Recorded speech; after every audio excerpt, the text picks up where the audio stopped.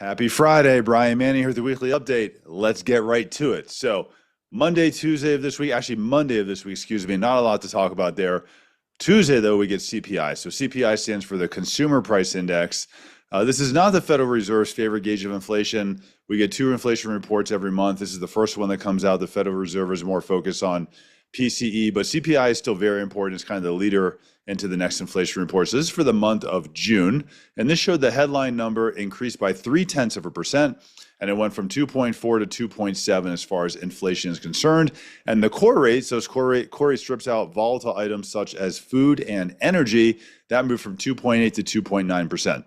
What's interesting, though, if we look at these reports, is there's a lot of data for inflation in here that's tracked that, unfortunately, no matter what the Federal Reserve does, will never have an impact on it. It's items like lodging away from home, travel cost, gasoline, insurance, car insurance. So whatever the Federal Reserve does, whether they hike rates or decrease rates, will never have an impact on these items because some of these items are just not impacted by interest rates. So if we look at what's the true rate of inflation, the true cost of goods that are increasing, we strip out all those items that cannot be impacted by rates, that overall inflation was up 0.057%.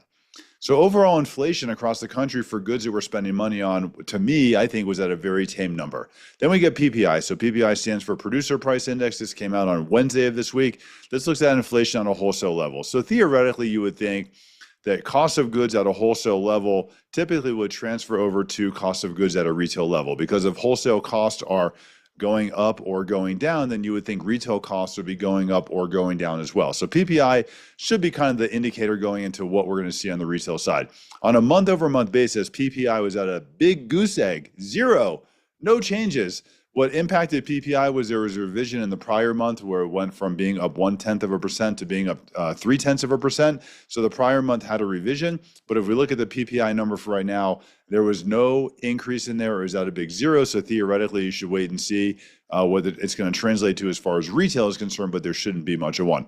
What the Federal Reserve is really waiting for right now, why they're not doing anything, is because they're really waiting to see what is the impact of tariffs going to be on inflation, and are tariffs going to eke their way into inflation, and is inflation going to go up? It's hard to say. Like I already said, cost of goods went up 0.057%, so we have not seen really any impact yet from the tariffs into inflation. We'll have to wait and see what happens, but that's why the Federal Reserve right now is very slow to do anything as far as a rate cut is concerned. The rest of this week was relatively quiet, not a lot to talk about there. If you're a realtor, we are wrapping up Winning in a Buyer's Market. We did one this week, South Denver at Angelo's Taverna. It was a really great event that we had. People had a great time. Sold out. We have two more coming up. We have one in Boulder, another one at Capitol Grill in a couple weeks. So if you're a realtor, make sure you keep an eye out for those.